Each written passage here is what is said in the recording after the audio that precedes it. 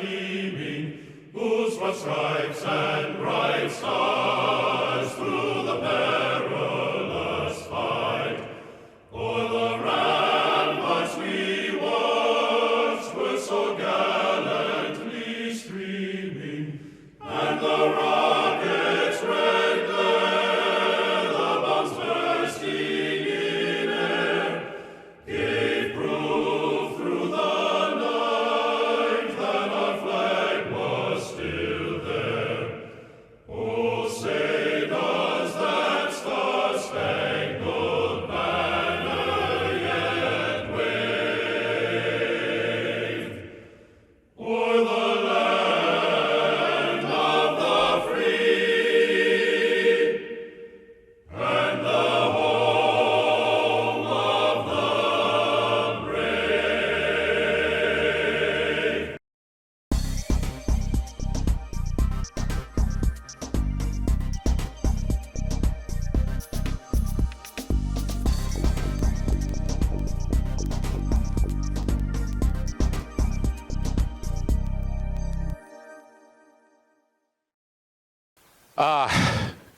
There's kind of an old saying that fill in the blank happens. I got a call at noon yesterday, a little after noon, that the speaker I had scheduled for today ended up in the hospital.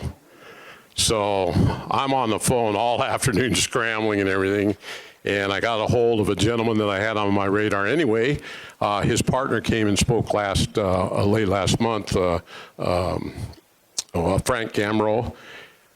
From the Alleghrny Institute. If you're not familiar with what the Alleghrny Institute is, I'm going to let Eric talk a little bit about it, but it's basically, it's not really a watchdog agency, but they keep eye on some of the monies that are that our taxes pay for and some of the programs. So I'll let him tell you about that. But anyway, he stepped up to the plate for me, and I'm really thankful that he did. I owe him a great deal of debt to come in and talk to you. Otherwise, we'd be watching some video on I don't know what. But yeah, when you get a call at noon the day before you're supposed to have somebody come in, it kind of sends your heart right up into your throat for a second. But anyway, I'd like to present Mr. Eric Montarti, did I say that right? From the Alleghrny Institute, and he's going to talk to us about some of the things that are of interest going on in Allegheny County. So without further ado, Eric. Everybody can hear me okay?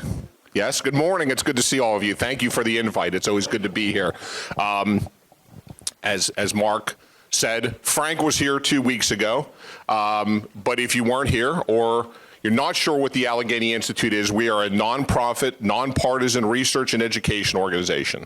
And what we do is we look at the fiscal and economic issues in Western Pennsylvania, Allegheny County, City of Pittsburgh, the municipalities, the school districts, the authorities, basically wherever there is some government money spent.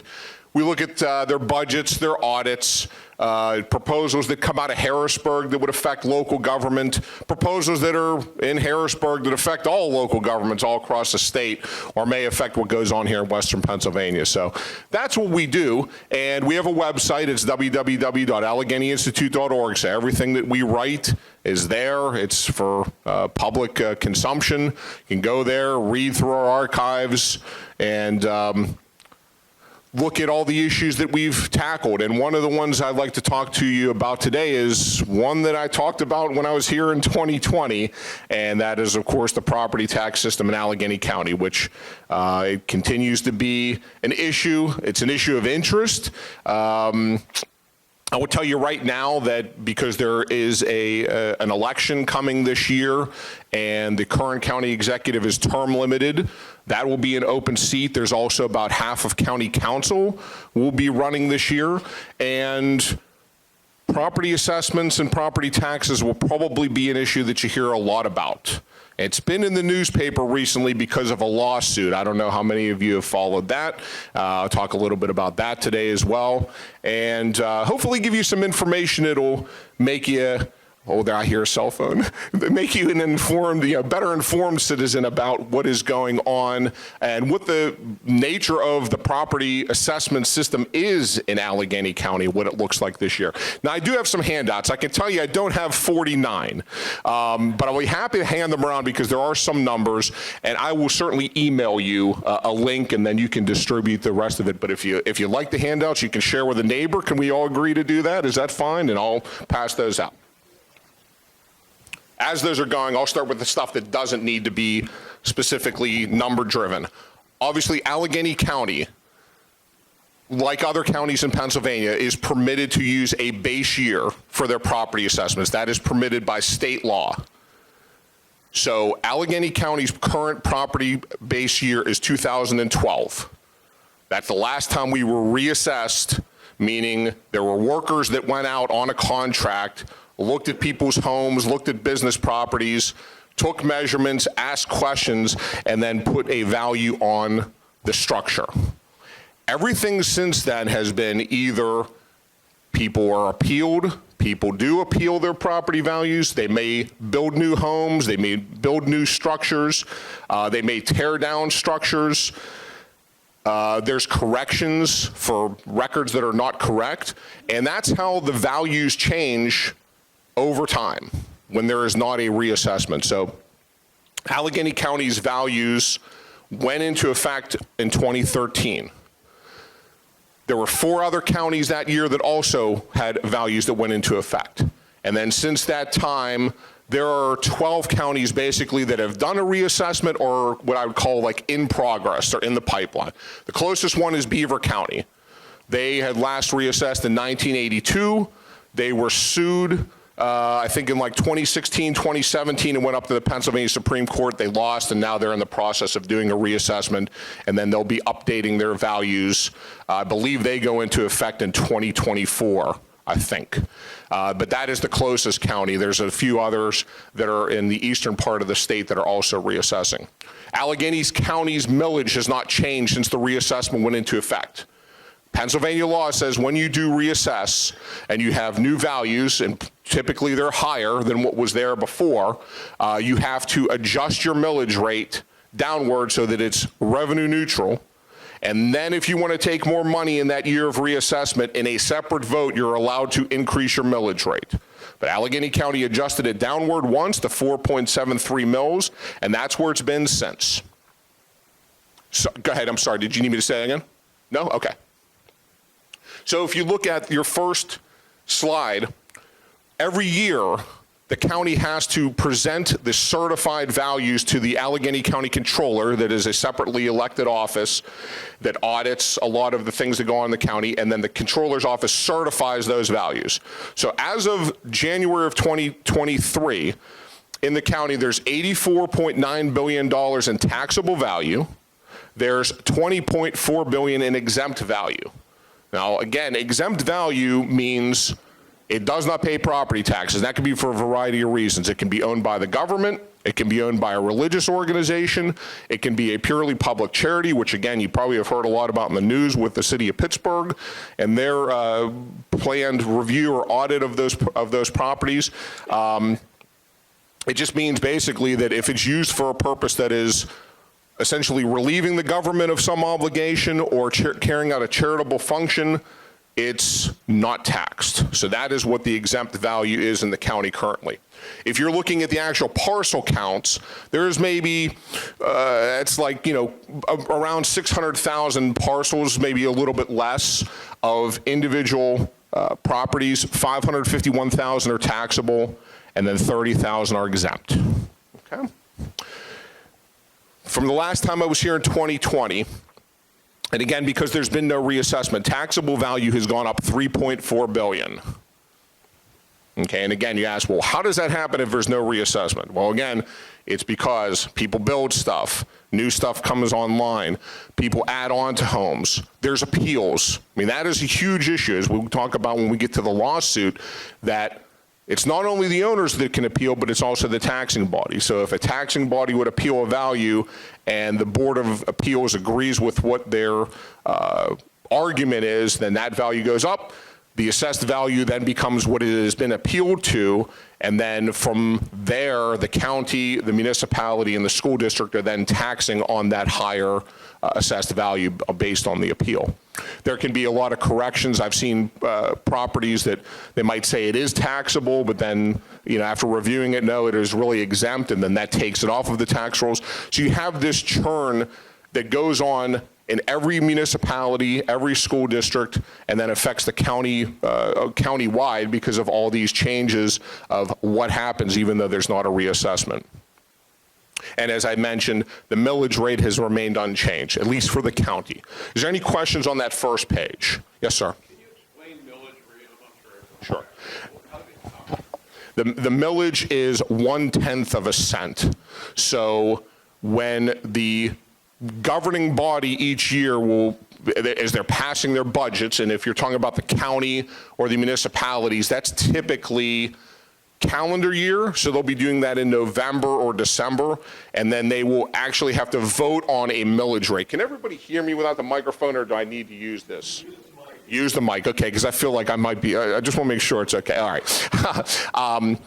So the county has a millage rate where they divide it between the mills that they'll levy for general purposes and then for debt service. So every year, county council, when they get the budget from the executive and the manager, will consider what they propose as the millage rate. They either agree or disagree, and every year, like I said, at least since the reassessment, and it was reset, it stayed at 4.73 mils. But every taxing body does that. But it is essentially, that is the tax rate that's levied upon the assessed value. And of course, like when you're paying your Allegheny County taxes, if you pay them early, you get a 2% discount. The county does offer a homestead exclusion of $18,000. So really what's happening is if you have a $100,000 home, they're taking $18,000 off of the assessed value in the first place, so then you're at 82, and then they're applying that millage rate to the 82, and if you pay it early, you're getting a 2% discount on your tax. But essentially, the millage is, you move the decimal point, it's a percentage, all right? But that's essentially how the property tax rates are expressed. So if they say it's 4.73 mils, really what that translates into is $4.73 on every $1,000 of assessed value. Okay. Yes, sir.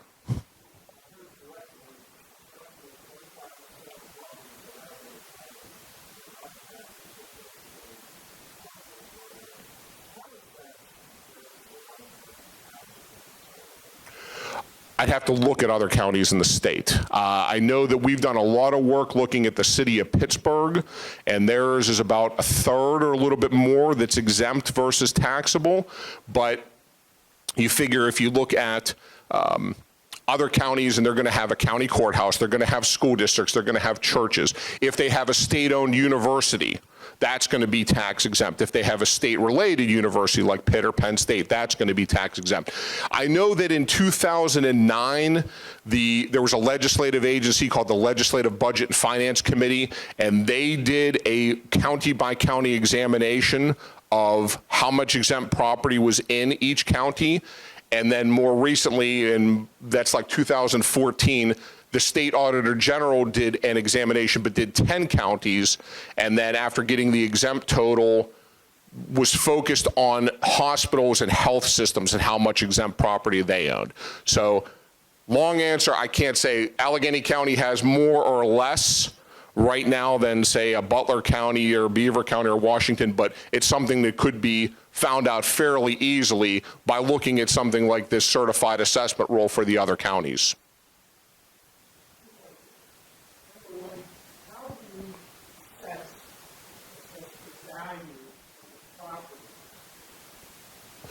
How do they do it when they actually do an assessment? They'll send a questionnaire.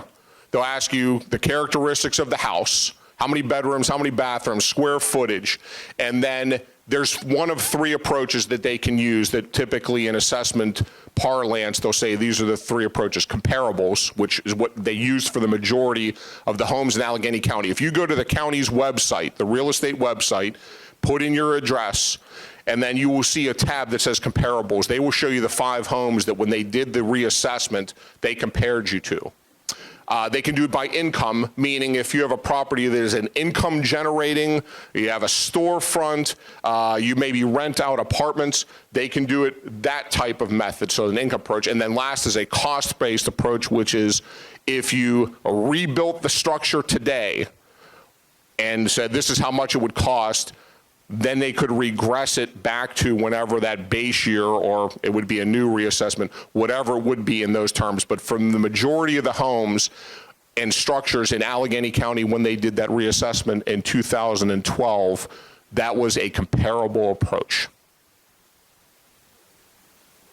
Money that they received, if they receive more money back, it has to be the budget balance is really excess. They keep it and spend it. Because again, unless there is a reassessment, that's the only time that the state law requires a governing body to adjust its millage rate. It would be at the discretion of the taxing body. If they said, we just went out and the school district, and again, because you have 3 different governing bodies, they're not really working in concert as far as we know, but if the school districts are appealing homes, and they are successful, then the school district and the municipality and the county, because they all levy property taxes on that assessed value, are collecting it. So there is no, what you would term, I guess, maybe a windfall law when it's not a reassessment year. When there was in 2012 and in 2013, when the values actually went into effect, that is when all the taxing bodies had to say, this is what we're adjusting our millage rate to so that we stay revenue neutral. And now in this year, while we are reassessing, we want to get more. We are going to tell the voters of that taxing jurisdiction, we are taking a separate vote right now or tonight or next week that we want to raise the millage rate this year. The only thing that governs, or would you say a limitation, unless you're in like a home rule municipality and they have something in their charter, in Allegheny County, because there's 15 members on county council, it takes a 2/3 vote in order to increase a tax rate, so that's more than a majority, right? That'd be 10 out of 15. And then the school districts, of course, have to follow Act 1, which that is when they passed the slot machine gaming, and then the proceeds from the slot machines were to go to homestead property relief for school districts, and then the other part of it was they are going to have to live within an index each year, like a cap, and every school district that we live in here in Pennsylvania already knows what their index is for this coming year, and they have to decide, are we going to go over that cap, or are we going to stay under it? Because we have to let the voters know by January, before we adopt the budget in June, that, well, we might be going over this index.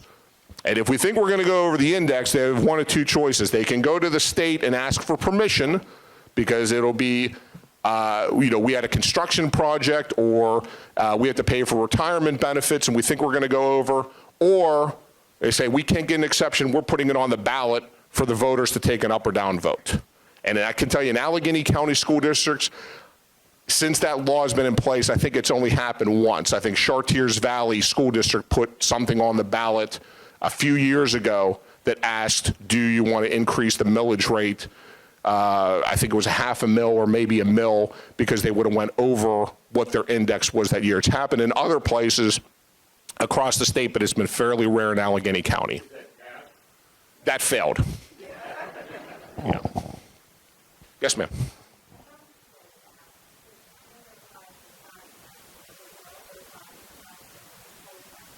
The school taxes, it does, because that's when they legalized the slot machines. The money that is taxed from the slot machines that goes to Harrisburg, a portion of that then goes back to the school districts to pay for homestead property tax relief. So when you get your school tax bill, it'll show you your house is assessed at $80,000. Your school district qualified for this much money. This takes $7,000 off your assessed value. This is what we tax you at that rate. The townships and the municipalities, it does vary. They are all permitted by state law to do that. Very few do. I know the city of Pittsburgh does. They have a $15,000 homestead exclusion. The state constitution was actually amended back in 2017. We may have talked about that here, that there was a ballot question, because what it used to be was you could only exempt up to, or you could have an exclusion that was up to 50% of the median value in the taxing jurisdiction. The Constitution has now changed that you could do up to 100%. The only thing is that there's no legislation to carry it out. Like if Sewickley said we want to have a 100% homestead exclusion, meaning we would get rid of property taxes for the homeowners, what would we switch it to? Because if you're not home rule, you don't have a lot of leeway. So until the General Assembly passes some type of enabling legislation like they did with the old homestead exclusion, which is called Act 50, there's really nothing to carry it out at this point. So really, in Allegheny County, of the Allegheny County homestead exclusion, City of Pittsburgh, I think it might be maybe Harmer Township or Fraser Township. I've read about them a few times, that they have a homestead exclusion on their municipal taxes, and then all the school districts. Did that answer your question?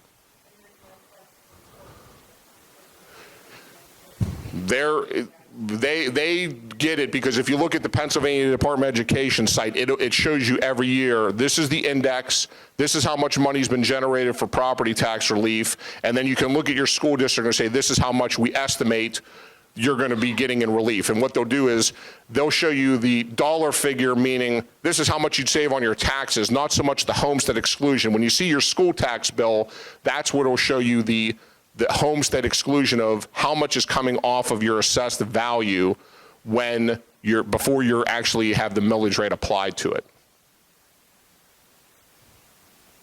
Does that answer your question? Yeah? Mm-hmm. This lawsuit, you know, through the county or whatever, like 83%, 65%. So we file an appeal now to get the 65%, or should we wait till this thing is resolved? Well, you're allowed to now, because county council did pass an ordinance that says there is this window.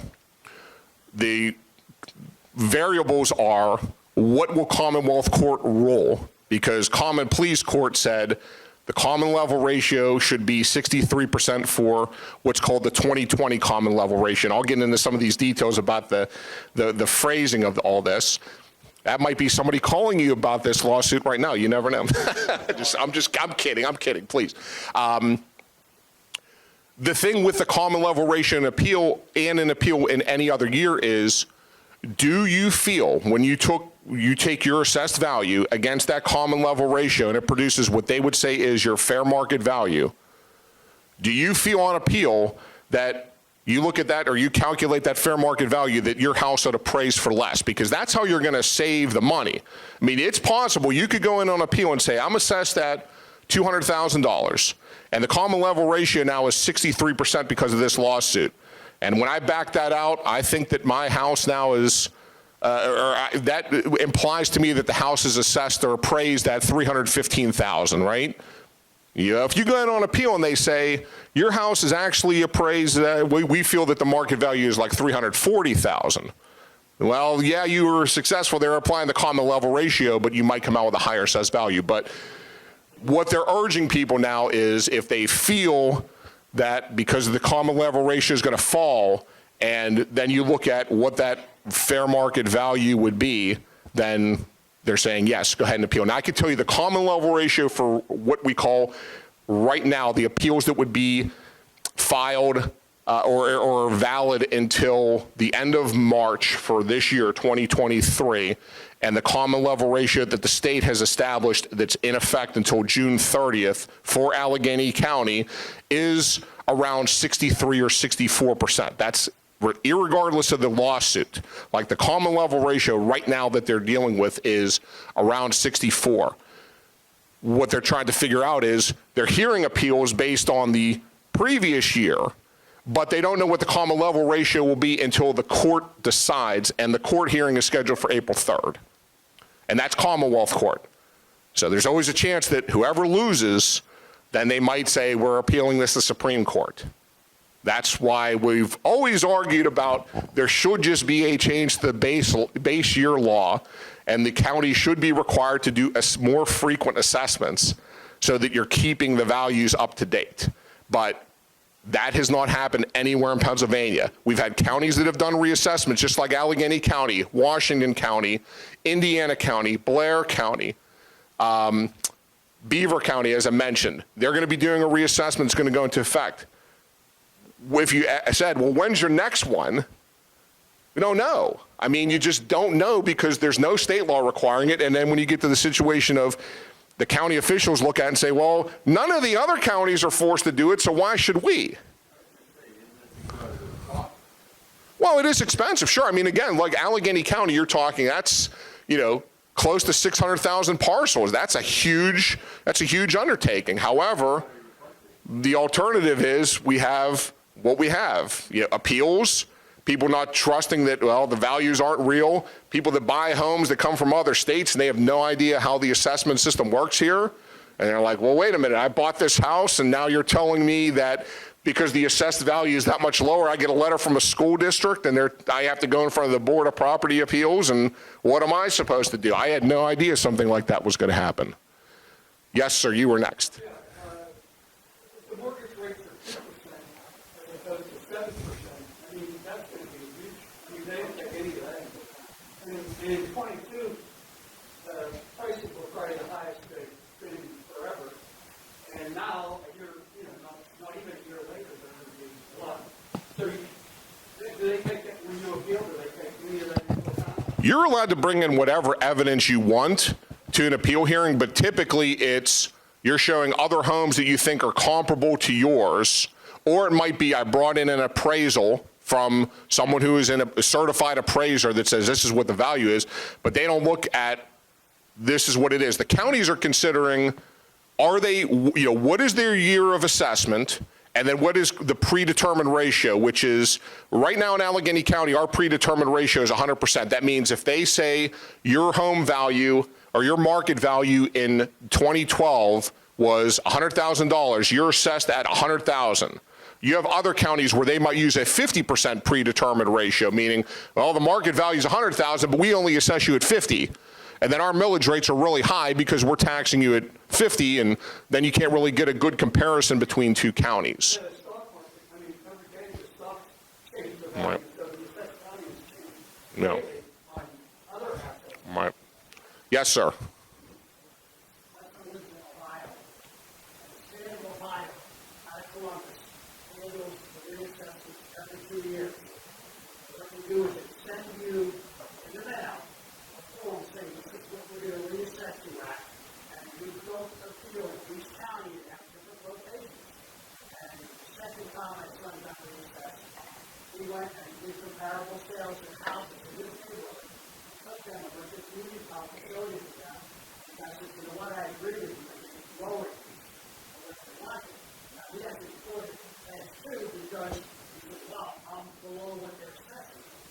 Also, we live in Beaver County. Beaver County is going to reassess, and we're assessing 50%. From Beaver County, they were assessing new home buildings at 100%. Yet when you bought a house and you sold it, it stayed at 50%. The assessment, they do that. I know we correct you if I'm wrong, but we have Allegheny County, over that assessment high. Before the 2001 assessment, Allegheny County did not. They used to assess you at 25% of your market value. And then when they did that reassessment at the beginning of in 2001, pardon me, they changed the predetermined ratio. So that's what's going to happen in Beaver County is when they reassess, they're going to have new values, and then they're going to change the predetermined ratio to 100%, which means when they do the millage rate adjustment, you're going to have a big change. Like in Allegheny County, prior to 2001, we had the county's millage rate, I think, was 25 mils. And then they reassessed. They said, we're getting rid of, or we're changing the predetermined ratio, and then our millage rate, I think the first year out was 4.69. And then the city of Pittsburgh, they had another quirk where they used to tax land and buildings at separate rates.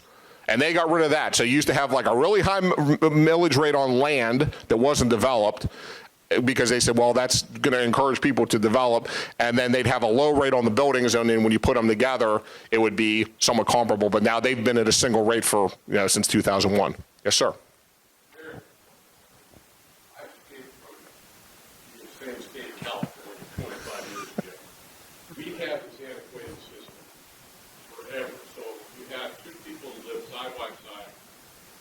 same home's 200,000. One person had been in there for 40, 50 years, over a couple of things, turned out a year before that. This guy just bought, he's paying, $10,000 every year. Two senators, Jarvis and just voted Proposition 13, they got rid of all this kind of crap. It's assessed every 5 years.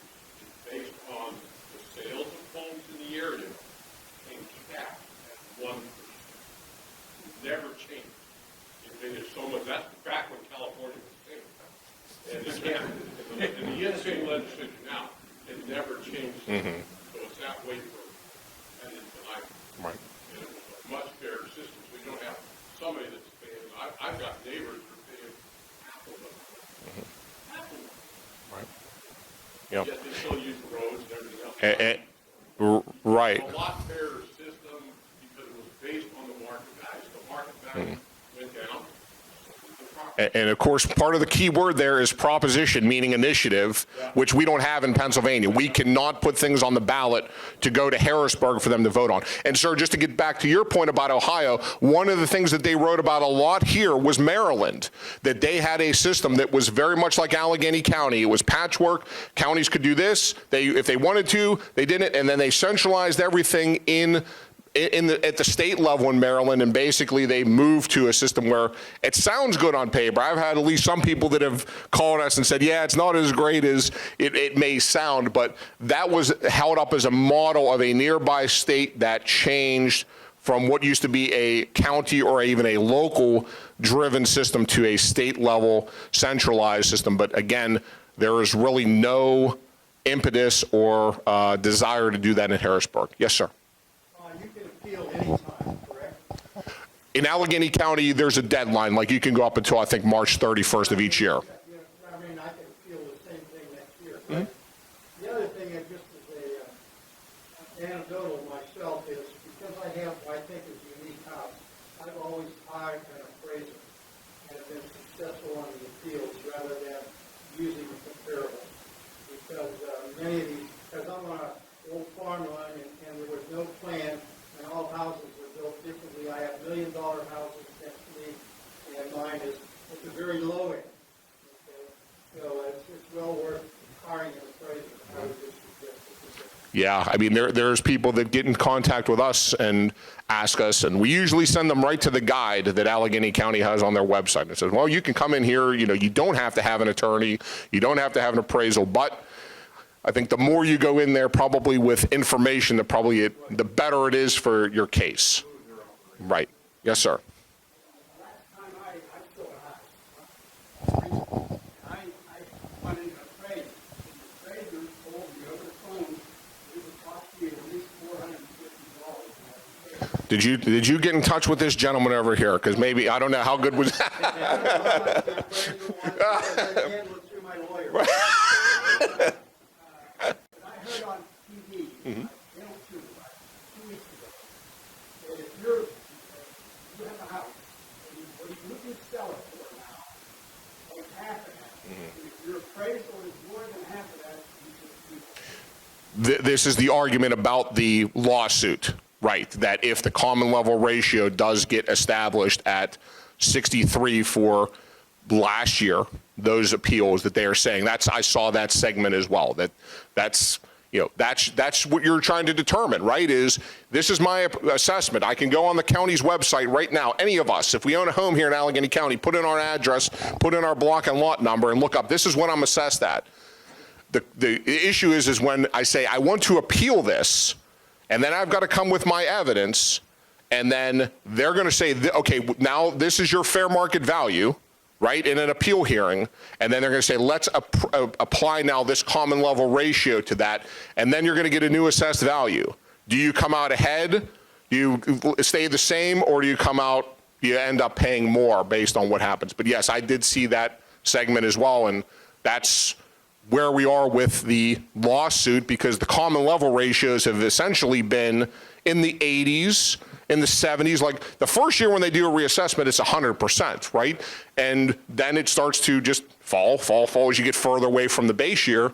And again, because there's not really any counties that say, well, we just did an assessment in 2012, we're now going to do another one in 2015, and we're going to keep this going.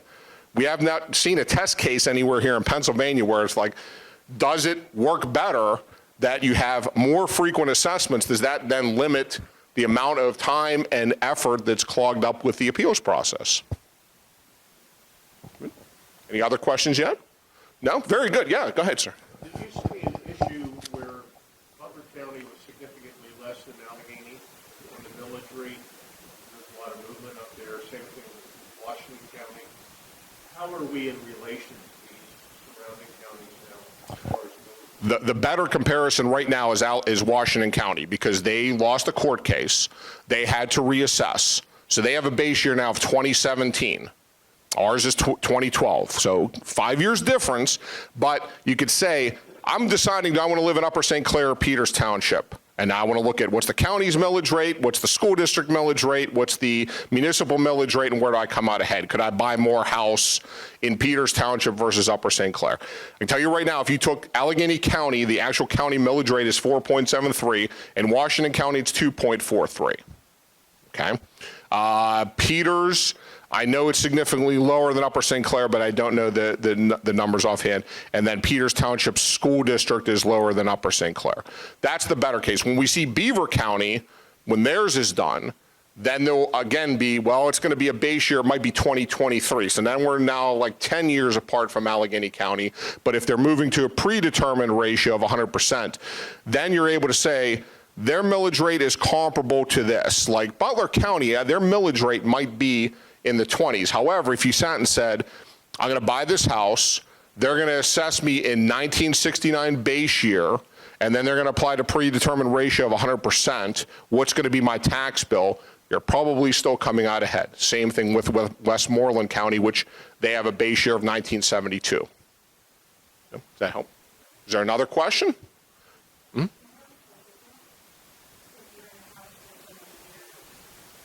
No, it's... There is another program that deals with long-term owner occupants. I know in Allegheny County, when they passed the RAD tax in 1993, the local option sales tax, which was to, basically we have a 6% sales tax statewide. They let Allegheny County levy a 1% optional local option sales tax. So it's now, when you buy something or you use something or on a hotel stay, it's 7%, okay?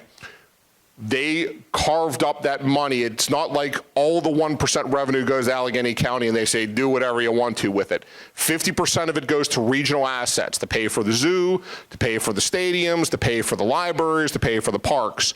The other 50% is divided between Allegheny County and then all the municipalities. So every year, Allegheny County gets 25% of that money. All the municipalities get 25%. One of the things that they required Allegheny County and the city of Pittsburgh to do was to create a long-term owner occupant relief program. So when they get some of that money from the sales tax, if you meet age, income, and occupancy requirements, you get a discount on your property tax bill. Okay? Homestead, as soon as you buy your house and you file your paperwork, you get a homestead exclusion, as long as you don't take more than one, because you can only get one. And you meet the requirements of homestead, farmstead under state law, then you are qualified for that exclusion. And if Allegheny County next year said, we're not offering it anymore, it goes away. Or if they say, we can't do 18,000 anymore, we can only do 12,000, it gets lowered to 12,000 by a vote of the governing body. They're not required to do it, basically.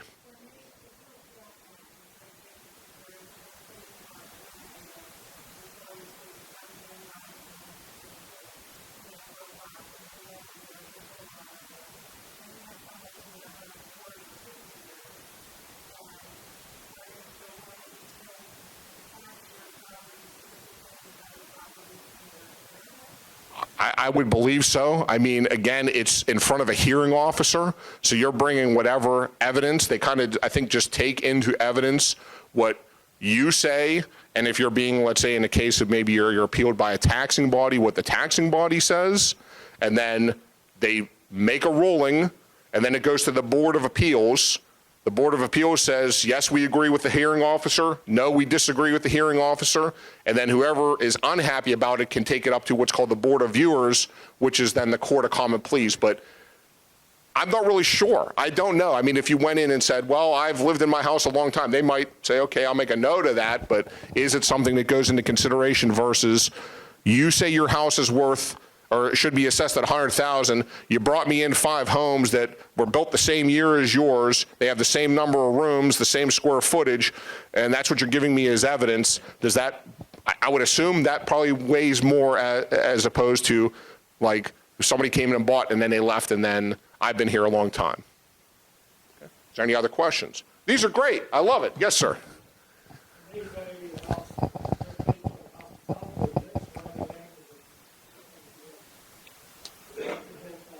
I mean, like, would they say I have a really challenging topography? Like, that means your house is worth less when they assess it? I mean, probably not, because again, they're coming in, they're looking at the age of the house, they're looking at maybe how much land area there is, but if mine was level versus the neighbor has a hillside, and they say that's not worth as much, I mean, they might say the land is worth not as much, but then maybe the buildings are the same, so maybe that person is assessed a little bit. But again, it's done by companies that get contracts from the counties that go out, even though there's like I mean, obviously there is a property assessment department in Allegheny County and there are in every other county, but they're not the ones that go out and do these mass appraisals. They contract with companies that go around the country that have expertise in doing that. So I'm not sure if they said this person has a worse yard or, you know, something that, you know.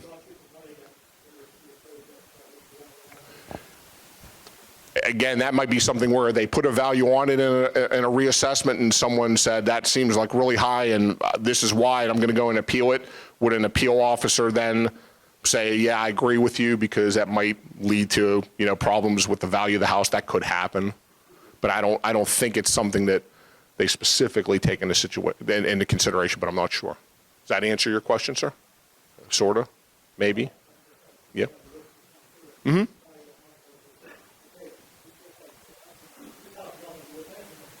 Right. Yeah. Yes, sir. I'm sorry, this gentleman was first. Are you sure? Okay. Go ahead, sir.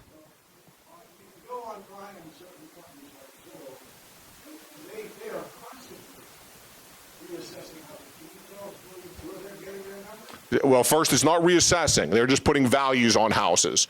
They're probably, it's sort of like an appraisal where they think this is the value of the home. They're probably looking at what's being sold in that immediate area, and they say, your house is worth such and such. But Allegheny County isn't going to Zillow and saying, well, we assessed you at $100,000 in 2012. Zillow says it's worth $300,000 in 2023. So guess what? Here's a bill in the mail for you. I mean, it's a base year until there is some type of action by the county, meaning the county council or the county commissioners in other counties say we are voting to reassess, or they lose a court case, or Harrisburg says we're changing the state law on the base year and now every county must do it. When they assess, that's it. There's nothing else. Even though they publish a common level ratio every year, if you don't appeal, it doesn't matter to you, right? I mean, the only time they're using the common level ratio is if you're going in on an appeal. Understand what I mean? So like Zillow is just, I think they're just gathering sales information and saying, this is what we think your house is worth. Could somebody, when they appeal, say, I'm going to bring this in as evidence? This is what my fair market value is? I mean, they could, sure. I think this gentleman first, yes. Okay.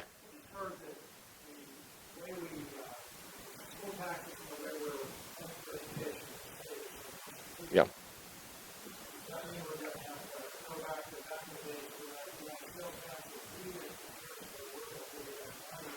Does everybody want to break from reassessments and I'll go to the school funding lawsuit now? Is that good? Okay, and we'll come back with other questions. What it means right now is the Commonwealth Court, which is the middle level of the court system, right? Common Pleas, Commonwealth and Superior, and then Supreme. The judge ruled this week that the state funding system for schools is unconstitutional, okay? Meaning it violated equal protection and the education clause of the Pennsylvania Constitution. What does it mean? Well, it means probably whoever lost may appeal, They might take it up to Supreme Court. This is a lawsuit that was filed in 2014. So we're going close to 10 years at this point. The judge did not say, put this much money into education, put this much money into your budget next year, and here's how you're going to divide it between the 500 school districts, the 29 intermediate units, the career technical schools, nothing. It said, it's unconstitutional. We hope that the governor and the legislature can rectify it. I'm paraphrasing. So, right now, as we probably have discussed here maybe before, the school funding system in terms of the basic education subsidy, that's the bulk of the money that comes from Harrisburg and goes to the school districts. It's a hybrid system. There's something that's called hold harmless, and then there's something called the student weighted formula, okay? All the new money since 2015-16 school year goes through this new formula. It's based on enrollment, it's based on the number of charter schools, it's based on how much money the community or the school district can generate locally, and they put it through a big formula and they say this is how much money you're getting. Hold harmless means you're held harmless. There's no change. If you lost 10% of your enrollment, if you've lost 20% of your enrollment, you've closed school buildings down, whatever the case may be, that portion of the subsidy does not change.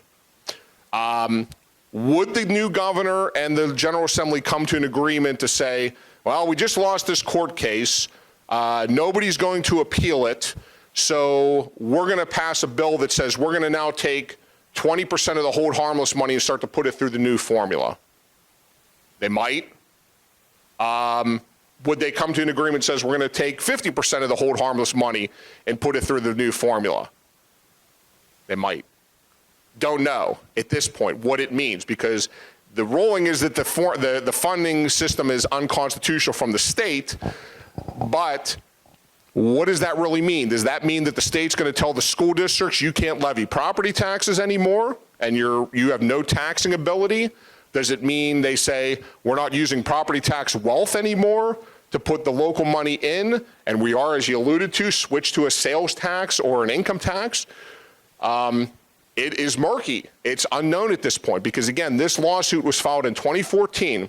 Different governor, different legislative leaders, different secretary of education.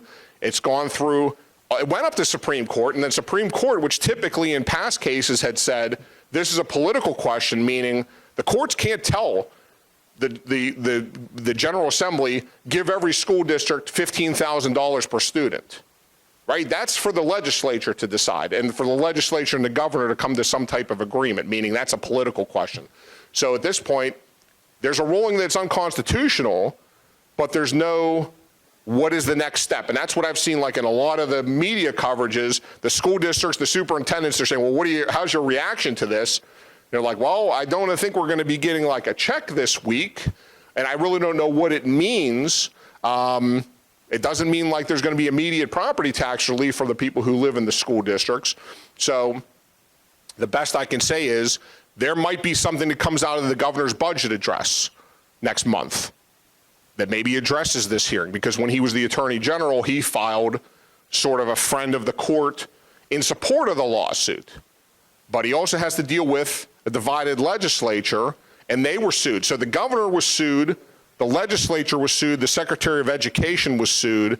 So if one of those parties says we need to take this back up to Supreme Court, and that might happen, and it might take years. Because there's been other states where the courts have said the way you fund schools is wrong, fix it. And how do you fix it? What do you do?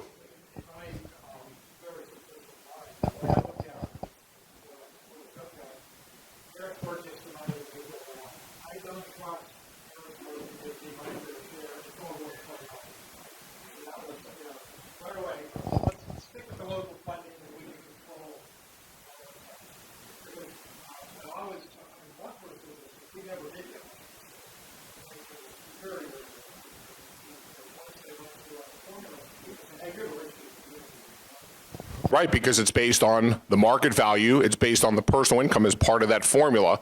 And the hold harmless, when they basically said, we're not building anything more upon hold harmless, now we're moving to this student weighted formula, it's just locked in there until somebody does something. You either have enough money that keeps driving through the formula, and then the hold harmless just becomes a smaller portion, but we're talking still billions of dollars.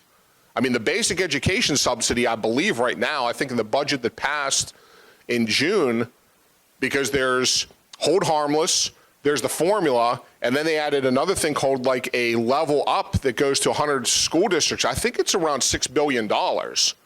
So I think one of the things, obviously, this formula came out of a commission that the legislature said, we need to have a commission. They went around the state in 2014 and 15, had hearings, listened to testimony, what do other states do, what should we do? And one of the recommendations was start to phase out the hold harmless over time. And they said, well, if we did it immediately, there'd be about 300 school districts, mostly in this part of the state, because they've lost enrollment and population, that they would be hit very hard by this. And that's when the legislature said, well, we're just going to put the new money through it. That was the compromise essentially at that point. Now we're going close to this coming school year's what they're budgeting for is 23, 24. So we're almost on 10 years close to at least when this formula was devised and then approved by the legislature.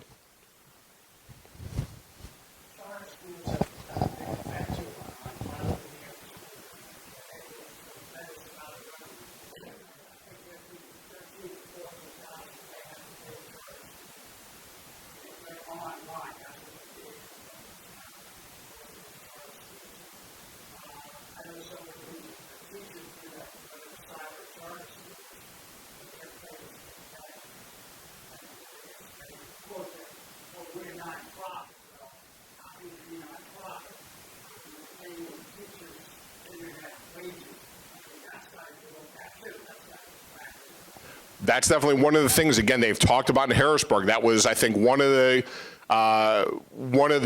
could have been something I think that came out of last year's budget deliberations with the previous governor, but then as, give and take, negotiation, whatever, they just didn't do it. But essentially what you're saying, or how that happens, is the school districts get all the money, and then if they say we have students that are going to the charter schools, the state has a formula that says this is how much money follows them. They don't pay for transportation. They pay for essentially like a base amount. But yes, this has been since charter schools were authorized in the 90s, because most of them at that point were all brick and mortar and had to either buy a building or they had to be located in the school district or a neighboring school district. And then when the cybers came along, they said, well, this is really not a brick and mortar, and how do we do this? Should this be handled by the school districts, or should we have some kind of, again, should the state be doing something centrally?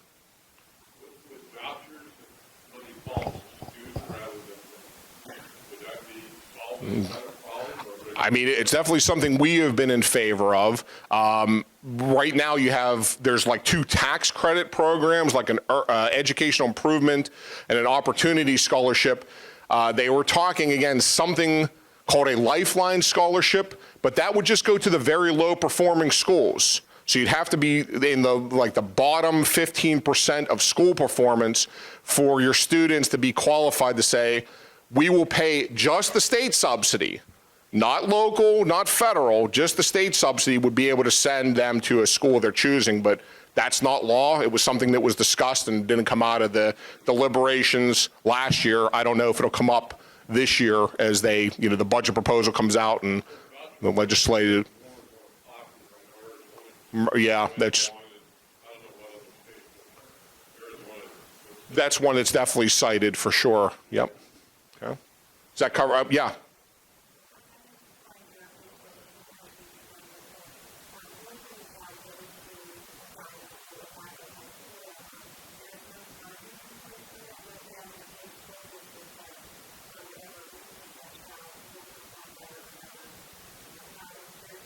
Not unless they qualify for one of and it's not even the student, it's people who want to donate, they get a tax credit back. But again, it's targeted toward, if this is a low performing school district and that student chooses to go to a private parochial school for education, then the person who made the donation to provide the money gets a tax credit back. The Lifeline scholarship is a little bit different, but again, that's not law yet. And what Mark was asking was just about vouchers in general, which to me, that's more of a universal thing. Like you said, if I live in a good school district, well, if my kid is in a good school district, I want them to go to a neighboring school district because I think it's better, then the voucher says this is paying the difference between the state subsidy for them to go, or if they're going to a private school. Like, that's more of a universal thing. What we've seen in Pennsylvania so far is it's limited based on, is it a poorly performing school, and then where is the student going from there?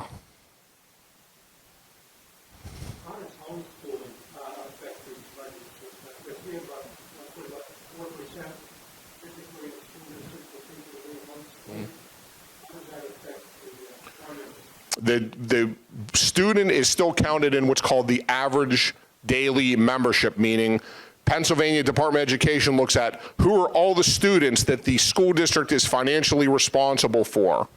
And if they choose that, oh, I'm staying at home, when they get to the enrollment counts, and they say how many people are actually in the school district, I think when they take their counts on October 1st, then they know what the enrollment is. But I think when they are looking at the ADM, which is in the formula, that might be people, if they're going to charter schools, homeschooling, parochial schools, that they're in that count, and then that's what's determining the subsidy itself.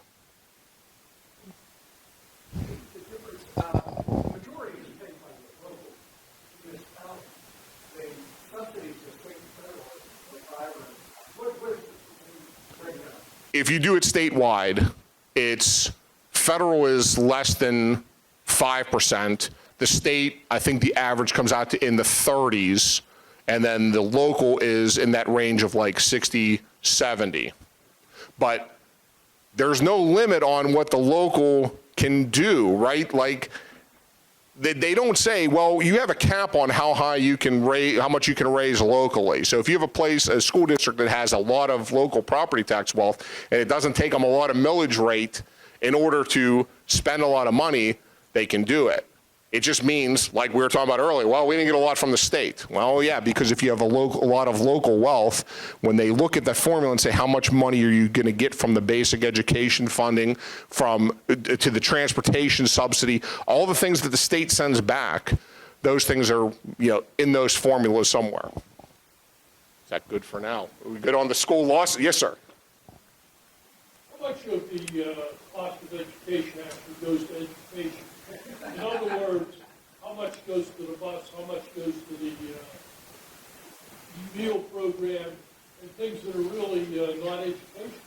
That's something I'd have to go in and look at the Department of Education, or if you were curious, you could go in and look at it, the State Department of Education, where they say, this is what's called the annual financial report, and it'll show you a spreadsheet with a bunch of different columns: instruction, support, guidance, transportation, everything down the line will be there. I don't know if there's any hard and fast rule of, well, there is. I mean, if you took them all the 500 school districts and said, let's average them out, this is what it would be.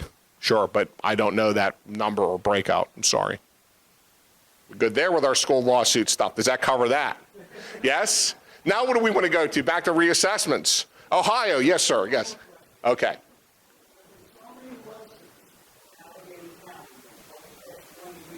Mm-hmm. Mm-hmm. Bless you.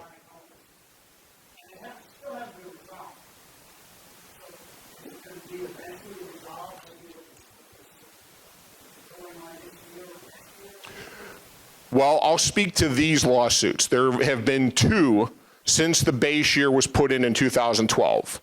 There was a couple that bought a house in the city of Pittsburgh. They were appealed by the Pittsburgh Public School District, and they filed a class action lawsuit for everybody who was pulled in on those appeals, saying that they wanted to be taken back to what their purchase price was, or excuse me, not their purchase price. They wanted to go back to their assessment before the appeal. That went up to the Pennsylvania Supreme Court. They just dismissed it because they said, you need to exhaust your administrative remedies first, meaning if I was appealed, I need to go to the Board of Property Appeals, have my case heard, get that decision. If I'm not happy with it, I go to the Board of Viewers, and then I take that decision. If I'm not happy, I can keep going through the courts at that point. That was dismissed. That lawsuit has been settled. The one that's ongoing is the current one, which is the allegation is that Allegheny County, when they submitted their sales data to the State Tax Equalization Board, coded things incorrectly, and that The common level ratio that resulted for that year, which was 81.1, should have really been 63.5, because what happens is that you have all the sales that happen, and every county has to do this in Pennsylvania. It's not just Allegheny County. They get all their sales that happen that year, and they send them off to what's called the State Tax Equalization Board. They take all the sales, they look at the assessed values, they throw out, well, this is a love and affection transfer, this one is just not a good sale, and they get a number. And then what they do is they report it back to the county and they say, this is your common level ratio for this year. So this lawsuit that's pending right now in Commonwealth Court alleges that when Allegheny County submitted those sales data to the State Tax Equalization Board, that those things were coded incorrectly, and that the common level ratio should have been lower than it was. That's why County Council had a special assessment committee that they held hearings. That's when they passed this ordinance that says we're going to have this now a special appeal window that's going on through the end of March where people can go back and appeal. But they're hearing appeals, but they don't know what the common level ratio is for that year yet until the courts roll.